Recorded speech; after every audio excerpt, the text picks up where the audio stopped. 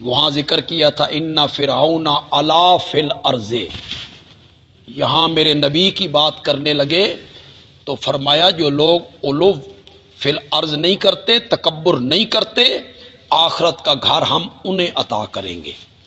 من جاء بالحسنہ فلہ خیر منہا، جو آدمی ایک نیکی کرے گا نا ہم اس سے بہتر اس کو دیں گے 10 گنا۔ من جاء بالحسنۃ فلہ عشر امثالھا، سورۃ انعام میں کہا جو ایک نیکی کرے گا ہم 10 گنا بدلہ دیں گے۔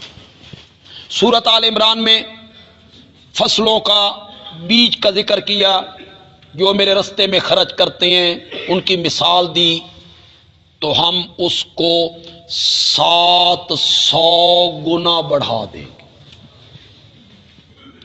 ساتھ یہ کہا اگر اخلاص زیادہ ہوا، دینے والے کا اخلاص زیادہ ہوا تو ہم 700 گنا سے بھی بڑھا دیں گے۔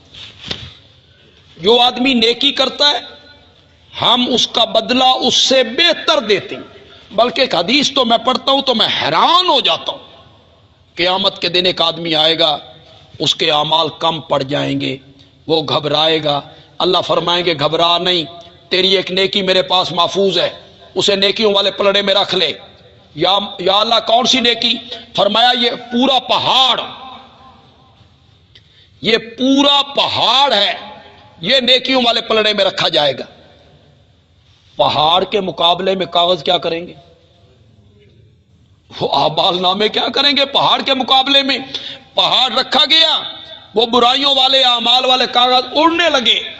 اللہ نے کہا جنت میں چلا جا، تیرے اعمال وزنی ہو گئے۔ مولا یہ پہاڑ جتنی نیکی میرے تو وہم و گمان میں بھی نہیں ہے، یہ سب کچھ کیا ہے؟ فرمایا یاد کر ایک دفعہ تو نے میرے رستے میں کھجور کا ایک دانہ خرچ کیا تھا۔ اللہ اکبر، اللہ کی رحمت ہو جائے تو بیڑا پار ہو جائے۔ کھجور کا ایک دانہ تو نے میرے رستے میں خرچ کیا تھا اخلاص کے ساتھ، اسی کھجور کے دانے کو بڑھا بڑھا کے ہم نے پہاڑ بنا دیا۔ جو ایک نیکی کرتا ہے ہم اس کا بدلہ بہتر دیتے ہیں۔